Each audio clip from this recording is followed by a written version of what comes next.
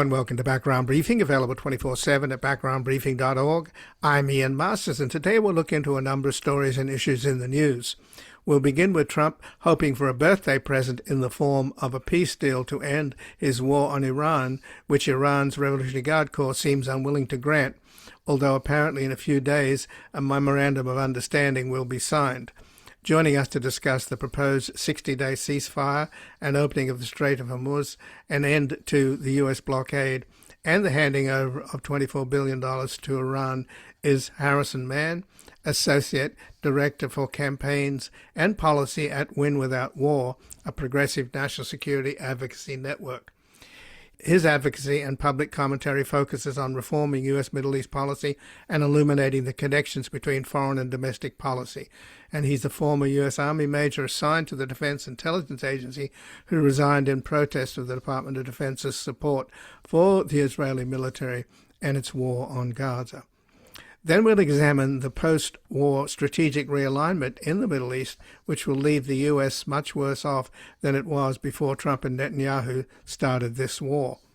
Joining us is Aslı, Bâli, a professor of law at the Yale Law School, past president of the Middle East Studies Association of North America, and a non-resident fellow at the Quincy Institute for Responsible Statecraft.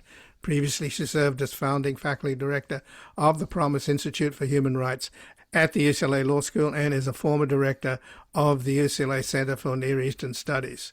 We'll discuss her article at the Boston Review, "The Ceasefire in the Persian Gulf is a Prelude to an Emerging Precarious Realignment." Then finally, with big oil, the winner of this war, which should be a wake-up call for all of us to kick the habit and get off the oil drug, we will speak with Aaron Regunberg, a contributing editor at the New Republic, a climate lawyer, and a progressive organizer. He's the co-host of the Fighting Fascism podcast, director of the Climate Accountability Project at Public Citizen, and previously served as a member of the Rhode Island House of Representatives. We will discuss his latest article at the New Republic, "How Big Oil Wrecked Your Summer." And before we begin with Trump having bombed 7 countries and started a war against Iran, while at home his ICE thugs terrorize and break up families, murdering American citizens in the process, the need to rid the country of the deeply unpopular Trump cacistocracy and his clown car cabinet could not be more urgent. But these crooks and criminals would do anything to stay in power as their billionaire buddies buy up the mainstream media and the mob boss intimidates Republican politicians. Only people power can beat money power, and we need all hands on deck as we continue to do our part, delivering a daily public service, providing the facts and evidence to inform the majority of what they are up against and how to win back our country, our decency, and the respect of the community of nations. You can help save America's 250-year-old democracy by making a tax-deductible donation at backgroundbriefing.org/donate or at publictruthmedia.org, and thank you. And joining us now is Harrison Mann, Associate Director for Campaigns and Policy at Win Without War, a progressive national security advocacy network. His advocacy and public commentary focuses on reforming U.S. Middle Eastern policy and illuminating the connections between foreign and domestic policy. He's a former U.S. Army major assigned to the Defense Intelligence Agency who resigned in protest of the Department of Defense's support for the Israeli military during its war on Gaza. Welcome to Background Briefing, Harrison Mann. Thanks for having me, Ian. Well, thanks for joining us. And it looks as though Trump won't get his birthday present from the Iranians in the form of a peace deal. The IRGC seems unwilling to grant that. But apparently in a few days, a memorandum of understanding will be signed. And it's worth noting, of course, that an MOU, first of all, we're not talking about a peace deal to begin with. We're talking about a 60-day ceasefire. And an MOU is not a peace deal. It's a framework for further negotiations to reach a peace deal. So how would you describe the current situation, Harrison? Before we go into why there is no deal today, I do think that from actually both Trump and Tehran's point of view, the 60-day MOU is probably as close to a peace deal as they're going to get. The fundamental issue for Trump now is Iran closing the Strait of Hormuz. It's not their nuclear program. He kind of I don't think Trump really cares about or personally understands the peculiarities or specific details of uranium enrichment. He does kind of understand that Iran closing the Strait of Hormuz is not sustainable for him politically. So I think if it is ever agreed upon, the temporary deal that lifts Iran's blockade of Hormuz and then the U.S. blockade of Iran's blockade might end up being considered good enough for both parties, even if they never really reach a deal about uranium. But of course, as you pointed out, that deal, that temporary 60-day deal did not get signed today, and that's not surprising to me. I think we can say that Trump he's become slightly more motivated to get a deal, but still not motivated enough. As I've been talking about the lead up to Trump's expected deal this weekend over the past several days, I've repeated the same thing over and over, which is that yeah, Trump may kind of want a deal, but so far he hasn't wanted one badly enough to restrain Israel from disrupting the deal, and he also hasn't wanted one badly enough to withstand, I think, the embarrassment he would feel if he goes on Fox News and sees people criticizing him for making any concessions to Iran. And I think those have been for months now, honestly, the kind of personal obstacles that he's been unable to overcome. And so what did we see this morning? Once again, Israel strikes the Beirut suburbs, the Dahia, which it knows is a red line for Iran, which is deliberately intended to get Iran to return to war and break the deal. This is exactly what happened a week ago. And what I said when this happened a week ago is if Netanyahu doesn't face any consequences from Trump for doing this provocative action, he's going to do it again. So that's where we are. And right now, I've got no reason to believe that Trump is willing to make what will be some politically difficult decisions to rein in the Israeli government. And until he does that, the Iranian government is not going to take him seriously and is not going to think that a deal with Trump means an actual end to the war. Well, in terms of what we know about the deal, which is that there's a 60-day ceasefire, an opening of the Straits of Hormuz, and an end to the U.S. blockade and the handing over of 24 billion. Well, in terms of opening the Straits of Hormuz, already Iran is hedging, talking about a service fee. Apparently, the U.S. is essentially, in order to open up the Strait of Hormuz, they're allowing Iran to sell its oil and essentially end the economic warfare, which would be a huge boon to Iran. And they'll get 24 billion of a down payment on the 100 billion that's frozen. So that seems pretty much a win for Iran. They also want not just the U.S. blockade to end, but the U.S. to pull out from all the bases in the Gulf, which seems highly unlikely. And I've always thought, and others I've talked to over the years have suggested that the nuclear issue has always been a bargaining chip for the Iranians. Trump talks about nuclear dust, whatever the hell that is. Apparently, there was a plan to send special forces in to try and snatch this stuff, where the Iranians apparently buried it deep and surrounded it with mines. Have you heard any reporting about why the chairman of the Joint Chiefs rushed down to Florida to try and stop that operation? Yeah, I mean all of these plans for some kind of ground invasion, and we have to call them what they are, invasions of Iranian territory, were all extremely foolhardy and dangerous. And this is not quoting me.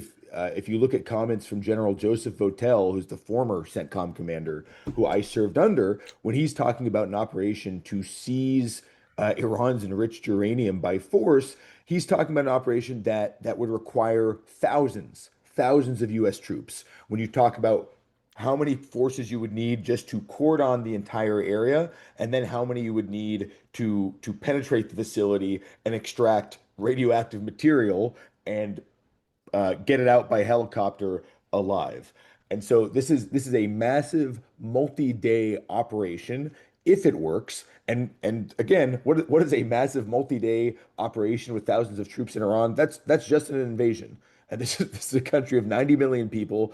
It's got, I think, about half a million or so in ground forces, including the reserves, who would have plenty of time to show up to Isfahan to fight whatever U.S. troops are there. So it would, I mean, I have really I haven't minced words when talking about the ground options in Iran, and many of them are suicide missions. And uh, aside from the fact that many U.S. troops would die and that they might be unlikely to accomplish their stated goal, they would also strengthen the hand of the Iranian government, right? 13 U.S. troops have died unnecessarily in this war, and you've seen Trump quite rightly tried to avoid future U.S. casualties. If hundreds more U.S. troops died, uh, that would not weaken the bargaining position of the Iranian government. Well, we have a crusader as the Secretary of Defense who brags about the fact that he can do 100 push-ups, but I don't know that that qualifies you for great strategic planning.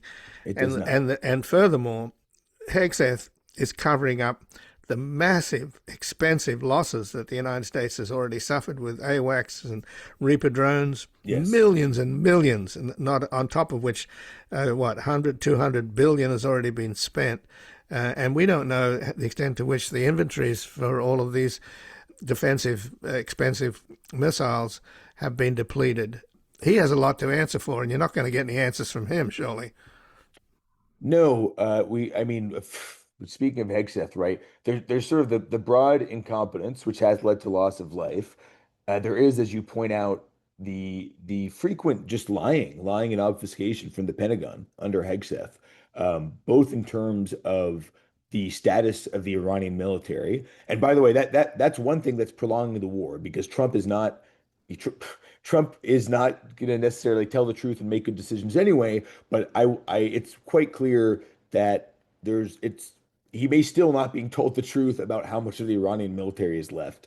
Right, he's being shown explosion videos as his update briefs on the war, and he keeps repeating, "Hey, their air force is destroyed, their navy is destroyed. I don't understand why they're not surrendering." I think he may genuinely think that when you think about who is briefing him. And then finally, yes, there's the immense cost of this war, which is quite likely approached 100 billion at this point when you talk about the cost of deployments, expended munitions, and destroyed equipment. And so, on one hand, I think we could be thankful that we don't have a more competent Secretary of Defense executing Trump's dumb wars, because it might mean they go on longer. On the other hand, there's both a financial cost and a cost in life to having an incompetent SecDef. So, given, Harrison, that you were assigned to the Defense Intelligence Agency, what did you make of the recent report from, or warning, I would say, from the DIA that Israel is ramping up its spying on the United States? Yeah, that so-called leak would not be surprising to anybody who has ever worked in the intelligence community, in the Pentagon, in the State Department, in a capacity that involved interaction with Israeli counterparts.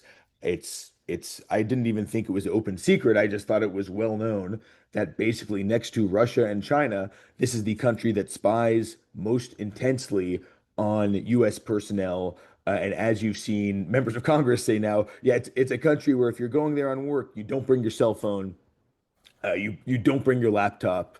You expect heavy surveillance, and it does. I think it's important that this story came out though, because it does poke a hole in one of the big justifications, big erroneous justifications for U.S. cooperation with Israel, which is that they are an invaluable intelligence partner. They provide really important intelligence, and I think A, that's not true, and B, if you think it is true, it comes at the immense cost of them constantly trying to spy on and lie to their American interlocutors. Well, I spoke just a couple of days ago to a former CIA officer who worked in Israel and in the Middle East and in Syria, and he said that in all of the decades that he worked for the CIA in and around Israel, he never ever saw one piece of intelligence coming from Mossad. Not one piece of intelligence. Yeah, I mean that's funny. I mean that's the thing, right? When you talk about are they a really valuable military intelligence partner? It's a small country. I think October 7th was a pretty good example of the limits of their strategic intelligence. And what they can share is understandably quite focused on Israel's adversaries, not America's adversaries. And I don't like to describe any country as an adversary, but you should imagine that this small country of 6 million people is very focused on its neighbors and doesn't really have the capacity to understand what's going on in the rest of the world the way the United States does. So I think as your former guest was alluding to, there's not that much of value, of irreplaceable value that they're offering, and the so-called bespoke services that they do offer are of questionable value. you know, the United States intel community largely ceded observation of Gaza to Israel, because we were like, they've got it, and we can see even possibly the most highly surveilled population in the world. Israel was not able to draw meaningful strategic intelligence from it and predict the October 7th attacks. So, going back to the deal, as much as we know about it, I just spoke a couple of days ago to Robert Pape at the University of Chicago, who has written about and analyzed what he calls the escalation trap. And he didn't seem to think that there would be a sustainable peace deal. And he thought that the instability in the Gulf would go on until at least November, with causing enormous economic distress around the world because of increasing costs of oil. Because as you're reaching a point now where everybody's running out of their inventories and storage is topped out. So, I mean, it flies in the face of what Trump is saying, that there's a peace deal at hand. Are we talking about a Neville Chamberlain peace deal or a real peace deal here? I think I think it's tough to make serious predictions about what's going on in Trump's mind, as we've learned, but it's definitely within the realm of possibility. Like I said, the obstacles to the deal, the key obstacle is, does Trump want it badly enough, and does he want it badly enough to restrain Israel and to bluster through any domestic embarrassment? And I think it's quite possible that he doesn't get there by November. And right, that the things that will make him want it badly are either an escalation in violence that kills U.S. troops basically, and creates more pressure for him to end the war, or the kind of boiling economic crisis that has reached most of the world and hasn't fully touched America, boiling over, and gas prices reaching $6 or $7 and being impossible for him to ignore. And so I think that's within the realm of possibility, right? We still have not seen what is now a global energy crisis fully become tangible in the United States, though it's obviously driving up prices slowly. And so I have worried that it might take one of those kind of difficult to ignore triggers for Trump to finally try in earnest to make a deal. So I hope Professor Pape is wrong, but I do see how that's possible.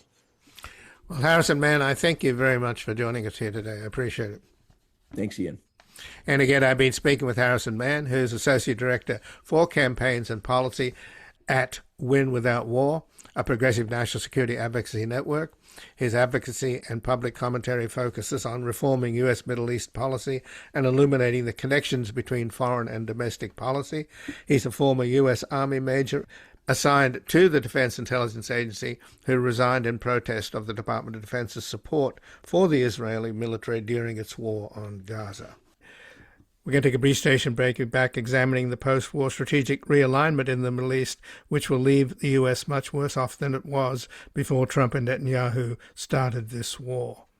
Since it cost a lot to win and even more to lose, you and me bound to spend some time wondering what to choose. Show you don't ever know. Watch each card you play and play it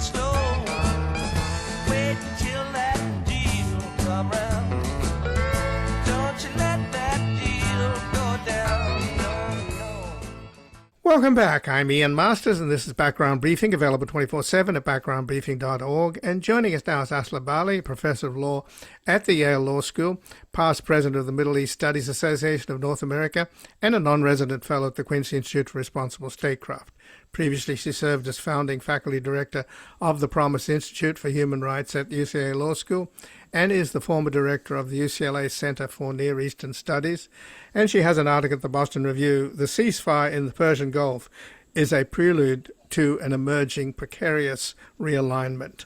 Welcome to Background Briefing, Aslı, Bâli. Thank you so much for having me, Ian. Well, thank you for joining us. And today, of course, is Trump's birthday, and it looks as though he didn't get the birthday present he wanted in the form of a peace deal, because the IRGC, the Revolutionary Guard Corps, seems unwilling to grant that. But apparently in a few days, they will sign the Memorandum of Understanding. Is that your understanding of where things stand? It is. And of course, the Memorandum of Understanding is not a peace deal. It's a prelude to a potential peace deal, which, as far as we understand, principally will achieve the reopening of the Strait and some sanctions relief for Iran. But of course, as you know, the Strait was open prior to the initiation of this war of choice. And so a peace deal would need to do more than, I imagine, restore that status quo ante. Well, what we know about this deal is there'll be a 60-day ceasefire, an opening of the Straits of Hormuz, an end to the U.S. blockade, and the handing over of $24 billion to Iran, of about $100 billion in the pipeline. From what I know about this deal, in terms of opening up the Straits of Hormuz, the Iranians are still saying that they are considering a service fee. So that doesn't seem to be ironed out. But the big win for Iran is an end to basically the whole sanctions regime, which means that they can sell their oil. So do you think that was the trade-off? You get to sell your oil as opposed to hold the world for ransom with a toll booth on the Straits of Hormuz? It's really hard to know, honestly. Look, we have been already in an extended, indefinite ceasefire. So to say that this Memorandum of Understanding is going to secure a 60-day ceasefire, it's just hard to understand what any of this means. We are living in a period in which the status quo is part of the instability that this war has produced. We have a US president who threatens major strikes in the morning and then claims that he's going to seize control over Iranian energy infrastructure by midday, and then later claims diplomatic progress and cancels planned strikes in the afternoon. And that volatility, I think, tells us what we need to know about the current order, that the Persian Gulf has become a place where several different forms of power are colliding: military force, energy dependence, sanctions, naval blockades, shipping routes, insurance markets, nuclear politics. And the Strait itself is a pressure point in the global economy that has become both a battlefield and a key bargaining chip. And what we have seen is that what happens in the Strait produces effects that ripple out far beyond the region, traveling through oil prices, food prices, fertilizer, shipping, debt, and domestic politics around the world. And so undoubtedly, it's clear that the Trump administration wants to create a more durable arrangement in the Strait that cannot be presented as a defeat for Trump, and at the same time does not entail ongoing damage to the global economy. Iran, of course, also has to establish a new arrangement that is neither a defeat nor an outcome that keeps it boxed in the way that it had been, both under sanctions and as a consequence of the naval blockade.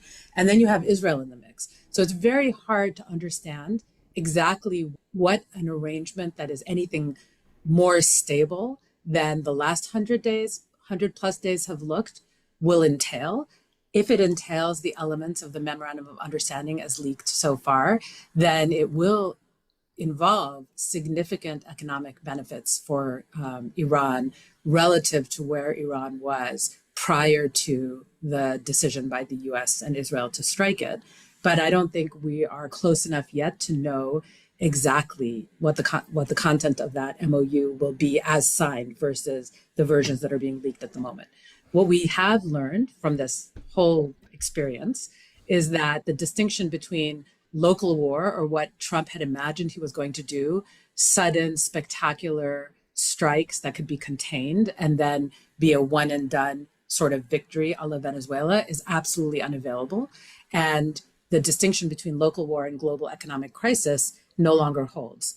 This is a confrontation with Iran that has not been a simple bilateral military exchange, but rather has imperiled one of the central arteries of the world economy, in which Iran did not have to defeat the US Navy, or for that matter, Israeli air power to impose costs. It only had to make ship owners, insurers, energy traders, and governments doubt whether normal transit is safe. And as a consequence, produce the kind of uncertainty that gave it power.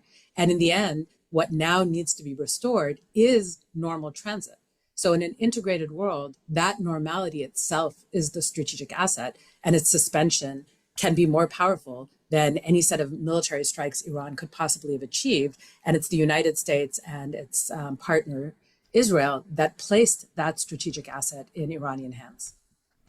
Well, already a number of the Gulf states have been paying bribes, the Qatar and Oman, and now we're learning that the UAE has paid a $3 billion bribe not to be struck and $20 billion more on the way. But in general, it would seem that the whole U.S. security structure in the Gulf, the people that have been buying expensive American weapons and bribing the White House and Trump's kids and giving free 747 jets, surely wondering whether there's any reliable future under the U.S. umbrella or under the joint U.S.-Israeli Abraham Accords, because so far it hasn't worked out for them. Absolutely. I mean, there are so many, let's just say, object lessons to be taken from the experience of the last 100 days. The first is that while it's true that the United States remains overwhelmingly powerful, it is no longer capable of translating that power into the one good that it has long promised to provide, which is stability. Washington is certainly powerful enough to break things, but much less capable of stabilizing the aftermath of its destructive force, which is a hallmark of a declining hegemonic order. It's not that American power has disappeared, but it no longer serves an ordering function. In addition, what the United States is able to deliver is coercion, and that coercion does not produce submission on the part of its adversaries. So the US has long assumed that if it imposes enough pain, it can produce capitulation, that sanctions will force concessions, bombing will compel negotiation, a blockade will make the other side cry uncle, in Trump's words. But societies that experience this kind of coercion have their own histories through which they interpret its meaning. And what they have is a history in the region of invasion, sanctions, sabotage, humiliation, and encirclement. And in Iran's case, that has meant that coercion has not only not produced submission, it has strengthened the very forces that Washington wanted to weaken. And Iranian leaders have learned that compromise creates vulnerability, and only harder deterrence can preserve their sovereignty, which is the exact opposite of what US policy was seeking to achieve. This has done untold damage to the non-proliferation regime, which we can discuss later if you're interested. But for the moment, in the Gulf, what it means is you can no longer reliably expect Gulf states to be aligned behind Washington. Instead, we now have a far more fragmented regional order broken by this totally needless war. Gulf states don't all want the same thing any longer under these circumstances. Some, of course, fear Iran, but some also fear being dragged into an Israel-led regional security order that has proven extremely costly to them and detrimental to the world economy on which they depend. Some Gulf states depend on US protection, but they've also now learned that US protection has made them targets. And so instead of the stable kind of Pax Americana, if you want, that they've relied upon for decades, what we now see is a new set of hedging defense relationships, new diplomatic channels being opened, and efforts to avoid being trapped in a binary US-Iran or Israel-Iran confrontation. And you see fractures amongst the Gulf states themselves, with the UAE going in one direction, Saudi Arabia sort of in the middle, and as you've described, Qatar going in a different direction. The region is not post-American in the sense that the US has vanished from it, but it is certainly no longer comfortably American-led either. And speaking of fracturing in the regional order, it is also clear the degree to which there is a growing divergence between the demands of Israeli freedom of action and US regional stability, and therefore divergence between the underlying interests of Israel and the United States. Israel may see the repeated degradation of its adversaries as a path to its own security, but the United States ends up bearing the wider costs of that strategy in terms of global markets, naval deployments, Gulf politics, its own credibility, domestic inflation, and alliance management well beyond the Middle East. So a regional order built around Israeli impunity requires enormous levels of coercion that may be tolerable in terms of Israel's short-term military doctrine, but is too costly for the United States and far too destabilizing for the region. I think we're also learning, both from Ukraine and from the Gulf War, that asymmetrical warfare advantages the weaker power and paralyzes the stronger power. And I think we're also learning, too, that hard power is actually counterproductive, whereas soft power might well have worked, because Iran was at its weakest before Netanyahu and Trump started this war.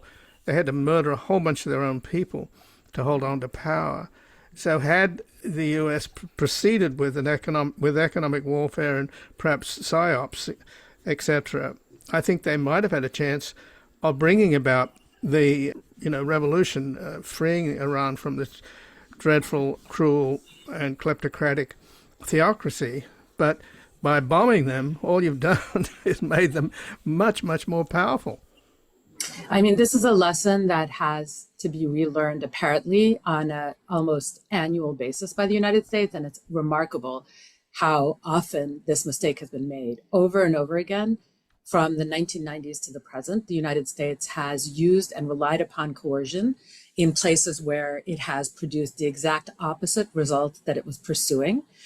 First, by strengthening and hardening the regimes that are its adversaries, because it makes them the sole channel available for the underlying population to A, seek protection from bombardment, and B, seek access to markets and the subsistence goods that they rely on. So whether you're looking at Iraq post-1991 invasion, which undoubtedly prolonged the Saddam Hussein regime's tenure by rendering the entire Iraqi population dependent upon that regime, or you're looking at the results of sanctions in Libya, which again, likely prolonged the Gaddafi regime, or you're looking at the consequences of asymmetric warfare across all of the war on terror, or as you point out, you're looking at Iran today, where the regime could not have asked for a greater sort of path to its ongoing endurance than the reshuffling of the cards in the domestic arena in Iran that has been produced by this war. First, the war has brought to power a new generation of leaders that are going to be likely far more hardline than their immediate predecessors, who had already learned after decades of trying to negotiate the terms of preserving a society in Iran, which is incredibly productive, incredibly high levels of human capital, managing the governance of that population while preserving regime ideological core commitments had proven essentially impossible. And by January, those tensions had come to a head. And the previous Ayatollah, the father of the current supreme leader of Iran, had gotten to the point where he had to exert massive coercion domestically in order to repress protests. And the cracks were showing in their capacity to manage domestic governance. Today, the Iranian population has been further immiserated and also taught a terrible, painful lesson by American coercion that external powers that are the enemy of the regime are not the friend of the Iranian people. And so the likelihood that the Iranian population will look to external actors to serve as partners in their efforts to achieve domestic regime change is radically diminished. Secondly, now the population is in a situation where they have to struggle for subsistence, likely making them more, not less dependent on the regime. And moreover, the regime itself has been transformed generationally into now a leadership where the new supreme leader had to endure a bombing that killed his own wife and children, his parents, and injured him, undoubtedly leaving him far more aggrieved and far more hardline than his father was in his 80s at a time when he was facing significant domestic strife. So the picture for the Iranian regime today is vastly different than it had been in January, for no reason other than this totally needless war, which has weakened the forces of change internal to Iran, while simultaneously strengthening the external hand of the regime with respect to its role in the region and globally. So, Aslı, just in the last couple of minutes, I wanted to read your last paragraph. In this new world, the language of the old rules persists but does not constrain. The United States still speaks as guarantor of the commons while disrupting one of the most important nodes of connection in the world. Israel presents permanent war as security and territorial expansion as necessity. Iran, attacked and sanctions, has turned geography into leverage while serving as an object lesson that restraint may invite rather than avert assault. Gulf states hedge, splinter, and arm themselves, and China waits on the sidelines, carefully observing the United States' self-inflicted wounds. And I would add to that Trump is heading to Europe this week for the G7, where he's probably going to talk about getting out of NATO, or at least trashing NATO. So the fact that NATO didn't get, one, they weren't informed about this attack on Iran. Two, they didn't want to get involved for obvious reasons, and now he's going to punish them. So the casualties of this go beyond the Middle East. That's right. I mean, this is really what the unraveling of an old order looks like. It's not contained to any particular region, and it's also not a clean handoff from one system-wide structure to another. Instead, it's a messy, precarious impasse that can be very costly globally, that those costs can be transmitted to every corner of the world. It is war mixed with sanctions, ceasefire mixed with blockade, and it has left allies hedging, markets reacting, often in a volatile manner from one day to the next. And as you said in the section that you just read from, legal rules that continue to be invoked but can no longer reliably constrain conduct. So what the United States has done is imposed tremendous costs, of course, first and foremost on the Iranian people, next on its own allies in the Gulf, next again on its allies beyond the Gulf in the immediate region, from Turkey to South Asia to North Africa to Europe, and then really globally through energy prices, through disruption to agriculture markets. And what it has not been able to do is convert any aspect of that coercion into something like order. So the crisis we are watching in the Gulf is really just a microcosm for a global crisis that we have been lurched into by a reckless regime in the throes of hegemonic decline. And it's hard to imagine any external adversary that could possibly be a more potent accelerant of American decline than the Trump administration. Well, Aslı, Bâli, I thank you very much for joining us here today. Thank you for having me, Ian. And again, I've been speaking with Aslı Bâli, who is a professor of law at the Yale Law School, past president of the Middle East Studies Association of North America, and a non-resident fellow at the Quincy Institute for Responsible Statecraft. Previously, she served as the founding faculty director of the Promise Institute for Human Rights at the UCLA Law School, and is the former director of the UCLA Center for Near Eastern Studies. And she has an article at the Boston Review, "The Ceasefire in the Persian Gulf is a Prelude to an Emerging Precarious Realignment." We're going to take a brief station break and back in a minute discussing how big oil is a winner of this war, and it's time for all of us to wake up and kick the habit and get off the oil drug.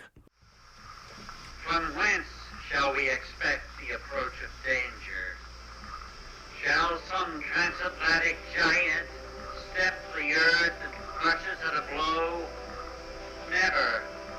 All the armies of Europe and Asia could not by force take a drink from the Ohio River or set a track on the Blue Ridge in the trial of 1,000 years. If destruction be our lot, we ourselves must be its author and finisher. As a nation, free men, we will live forever or die by suicide. Welcome back. I'm Ian Masters, and this is Background Briefing, available 24/7 at backgroundbriefing.org. And joining us now is Aaron Regunberg, who is a contributing editor at the New Republic, a climate lawyer, and a progressive organizer. He is the co-host of the Fighting Fascism podcast, director of the Climate Accountability Project at Public Citizen, and previously served as a member of the Rhode Island House of Representatives. And his latest article, The New Republic, is How Big Oil Wrecked Your Summer. Welcome to Background Briefing, Aaron Regunberg. It's great to be here, Ian. Well, I'm speaking to you here in Southern California on a hot day, and What's the temperature right now? I don't know because I'm locked inside the studio. But We're in the 90s in New England. oh, you It's a are? hot one. Okay. Yeah. Well, yeah, I think you might be ahead of us. But NOAA has just come out with a warning that this year we'll have a super El Nino. It'll emerge this summer, and that it would rank amongst the largest El Nino events in the historical record, and that it would break global heat records and could produce a series of devastating effects ranging from supercharged rainstorms to drought, depending on which region in the world we're talking about. So, what can we expect starting this summer and going into 2027?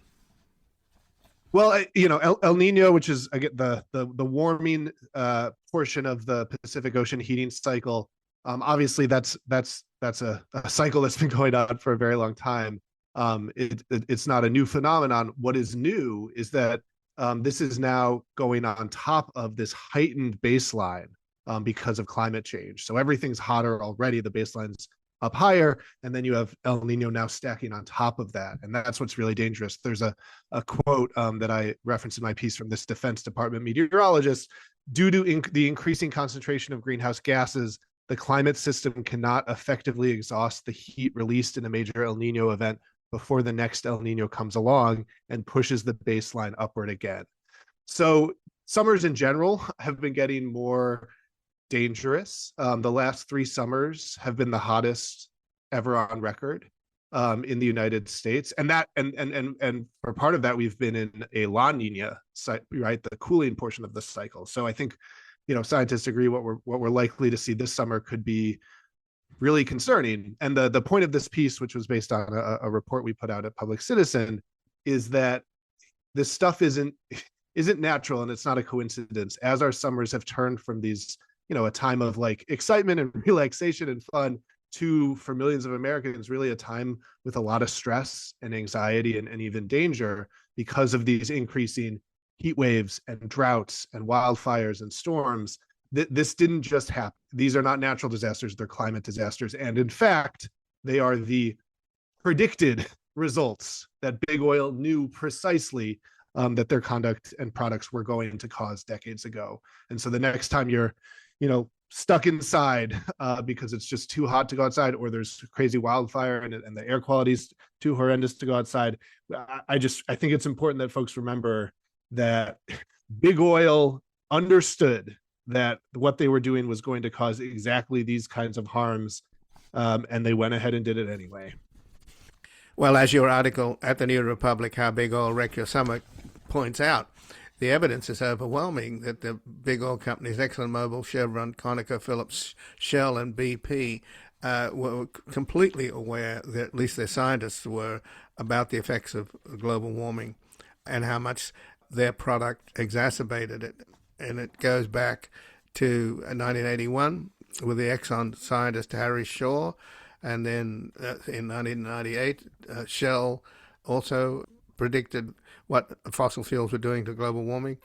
And in 1989, the Shell oil company said that the continued burning of fossil fuels would cause more violent weather. And you also point out that the former Senator Chuck Hagel, who championed anti-climate legislation when he was in Congress, finally had a road to Damascus conversion, obviously too late, saying they lied. It would have put the United States in the world on a whole different track. And today we would have been so much further ahead than we are. It's cost this country and it's cost the world. So they lie and the world dies. Is that how it is? Yeah, and you really can see this for all the ways that our summers are being ruined, right? So you look at these lethal heat waves, the climate attribution science there is getting stronger and stronger, where for a number of past heat wave scientists are able to say, yeah, this that just happened would have been virtually impossible but for climate change. And in fact, the science is getting so precise that there was a study that came out last fall that found for a number of heat waves, they can actually trace it back to particular companies. So they can say, but for the emissions of ExxonMobil, Chevron, etc., this heat wave would have been virtually impossible. So heat, they knew it was coming. They were talking about it internally in that piece. I referenced this 1996 presentation by an Exxon scientist to the Global Climate Coalition, which was a coalition of fossil fuel groups that was spreading climate denial in the 90s, where he presents the science connecting climate change to, quote, suffering and death due to thermal extremes. He talks about how there are threshold temperatures beyond which mortality rises significantly. So they were talking about this on heat. There's obviously more storms are getting more and more intense. They were predicting that decades ago. You mentioned that 1989 confidential Shell report that basically they mapped out, they modeled out what will the world look like if we bring fossil fuels under control, and what will the world look like if we do not. And in that do not scenario, what did they predict? They predicted, quote, there would be more violent weather, more storms, more droughts, more deluges. And in fact, they predicted these harms could be so destabilizing that, quote, civilization could prove a fragile thing. And not only were they making these predictions, they were actually using this information to inform their business decisions. So they were raising the level of their offshore oil rigs because they knew sea level rise was coming. They were reinforcing their pipelines because they knew storms were going to get more intense and violent. So they were predicting this on the storms that we're seeing more and more dangerous. And then, of course, when it comes to drought and wildfires, which this is maybe some of the most catastrophic. Right now, 60% of the continental United States is in drought. Some regions, like in Florida, something like 80% of Florida is in extreme or severe drought.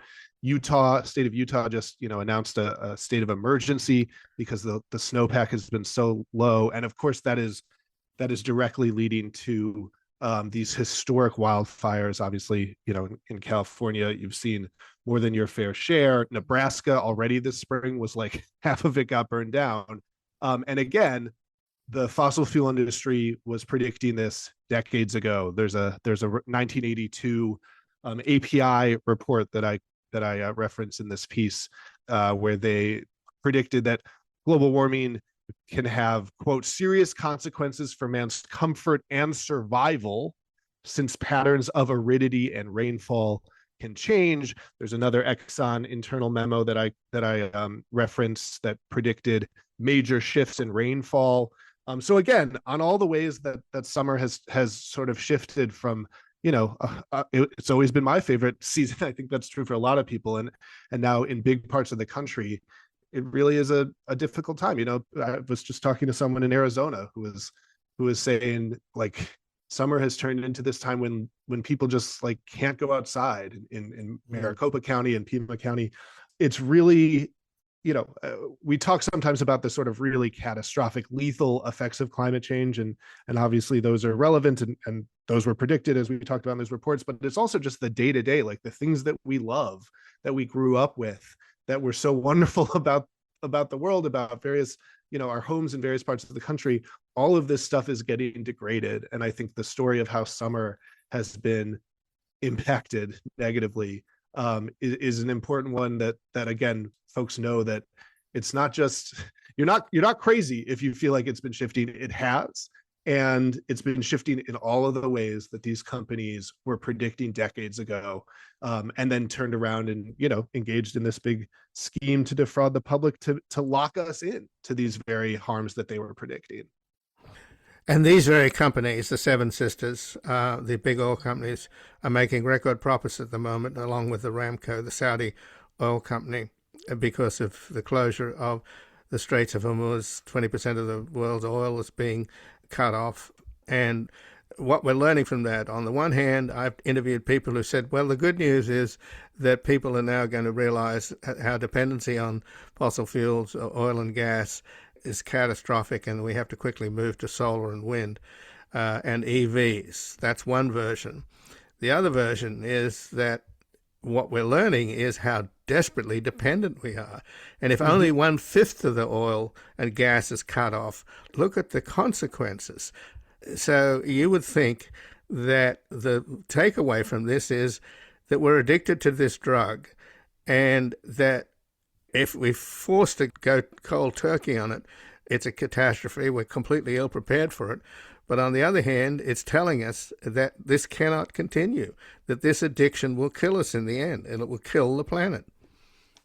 There's a good line I've heard a few places, sunshine and wind don't have to pass through the Straits of Hormuz in order for us to use them. There was a while where climate change was this moral imperative. It was something we needed to do, but it was not necessarily something that was going to there would be some cost to the clean energy transition. We're now at a time where it is all benefit, right? Clean energy is the cheapest form of energy. Solar is by far the cheapest way of producing electricity right now. EVs are by and large better cars. Like this stuff is cleaner, it's healthier. There is no reason for us to not be going all in on the clean energy transition, like China has been doing, other than the power of this incumbent industry and its puppets in the Trump administration, which is obviously staffed up and down by clowns from the fossil fuel industry and climate deniers who are doing things like putting out Coley, the anthropomorphized coal mascot for Trump's energy agenda. It's not just shooting ourselves in the foot. As you said, we are committing suicide against our national interests and against the future, long-term maintenance of organized human civilization on this planet in order to continue padding the profits of these big oil CEOs. And it is just beyond shameful. And it's something that I'm hoping, as we are seeing more and more of these tragically of the disasters that scientists are predicting for this summer, all we can do is hope that the American people are going to connect the dots and understand we really need to start taking action and pushing back against this fossil fuel industry that's been leading us, astray for far too long. Right, but the political issue of the moment, which the Democrats are seizing on, is that the price of gas is going to bring down the Republicans and bring down Trump. And that gets to the heart of it. If we go to the pump and it costs us $10 a gallon, we're going to be thinking, this is, I got to buy an electric car, even though they're too damn expensive. So in an enlightened world, you would have massive gas taxes to pay at the pump that would incentivize alternatives and switching to electric vehicles, etc. That's not going to happen because no politician is going to say we need to increase the gas tax. In fact, now they're saying, oh, well, let's have a holiday from gas taxes because of the Persian Gulf situation. So that's the problem, isn't it? It's one thing to blame the oil companies, which is the right thing to do because they are the villains here, and they're the drug pushers, and they're the drug kingpins that are profiting from this agony. But at the end of the day, I'm looking for a practical solution here. And the fact of the matter is that Democrats are celebrating now the fact that the Republicans are vulnerable because of the high price of gas. But the high price of gas ought to be the wake-up call for us to get off gas. Yeah, absolutely. I mean, we could have a conversation about the need for, a windfall profits tax, and that's been introduced in the legislature. These companies are making these crazy profits, and we should be taking that and putting it into actually pro-social investments instead of, again, just making these 100 billion millionaires, even more money. But again, the solution is right there. We have the capacity right now to transition to clean energy. It's not. There are some technical challenges, but by and large, the technology is there. What we need, the obstacles are political. The obstacles are these corporate special interests that are going to keep doing everything they can to stop this transition, to stop the build out of this competitive alternative energy to their products, which as we said, are cheaper. And so the answer here is, in a sane political environment and administration, would be to as China has done, to start working to bring clean energy to scale, to be facilitating distributed build out, making it easier for folks to put solar on their roof, on their deck. There's so much that we can do. And as you said, this crisis in the Middle East is just one more piece of evidence for the need for us to make this transition. Right, and the argument, I know it's an unpopular political argument, no politician is prepared to increase the gas tax, but you have the model of what happened with cigarettes. They tax cigarettes to the point where people stopped smoking, and the money's been used to deal with the consequences of smoking, like lung cancer, etc. So the same thing should happen with gas, but here we are, as I say, at a moment when the rising price of gas is considered a kind of weapon to get rid of Trump, when the real lesson should be that we need, in effect, to start taxing the hell out of fossil fuels and using that money for alternatives. That's my argument. Yeah, I think what I would say is, I think we're at a point now where we don't even need to do, like, clean energy by far outcompetes on a level playing field. What we really need to do, and I think it's politically difficult, as you said, to be adding on a tax. I think it's maybe more focusing on the potential for clean energy to provide real material benefits to people because it's cheaper. And so I think it should be about, right now, it is such an uneven playing field, right? The Trump administration is creating all of these obstacles to clean energy, right? They're actively shutting down new wind projects. They're doing all these things. And on the other hand, they are doing so much to keep this dinosaur fossil fuel industry going. They're actively sort of intervening and suing states to keep decrepit coal power plants running, which is costing ratepayers, millions or billions of extra dollars. They are just plowing taxpayer subsidies into their big oil buddies' pockets. Like, the amount of money that we are paying, I don't think we need to put an extra tax on gas.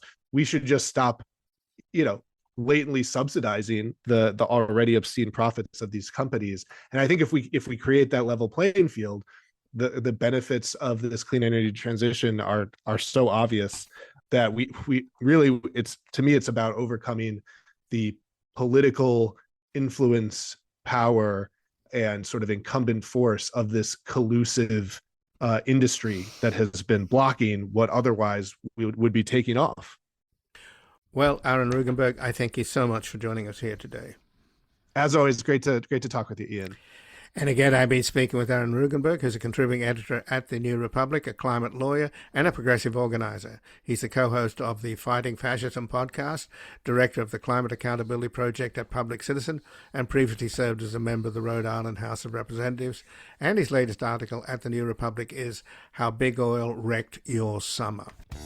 And this has been Background Briefing. I'm Ian Masters, and I'd like to thank producers Graham Fitzgibbon and Asher Price. And if you've missed any of today's program and would like to explore our vast archives, you can visit us at backgroundbriefing.org, where we'll include extended interviews searchable by topic and have made it easy for you to sign up for the daily email updates that provide links to resources, articles, and books discussed on the program. Also, you can find links there to subscribe wherever you get your podcasts, and we highly encourage your ratings and reviews on these platforms. And you can find us on Twitter, Blue Sky, and Facebook at Ian Masters Media, and our new social media managers, Evan and Luke Susswood, are also posting highlights from the show on YouTube, TikTok, and Instagram at Ian Masters Media. So please do help us reach more listeners by sharing this program with friends, family, and colleagues. And to help us sustain this program into the future and assure it remains free to all, please take a moment to support us by going to backgroundbriefing.org/donate, where your tax-deductible donations, large and small, keep us broadcasting. And I'll be back again tomorrow with another Background Briefing at backgroundbriefing.org. Bye for now.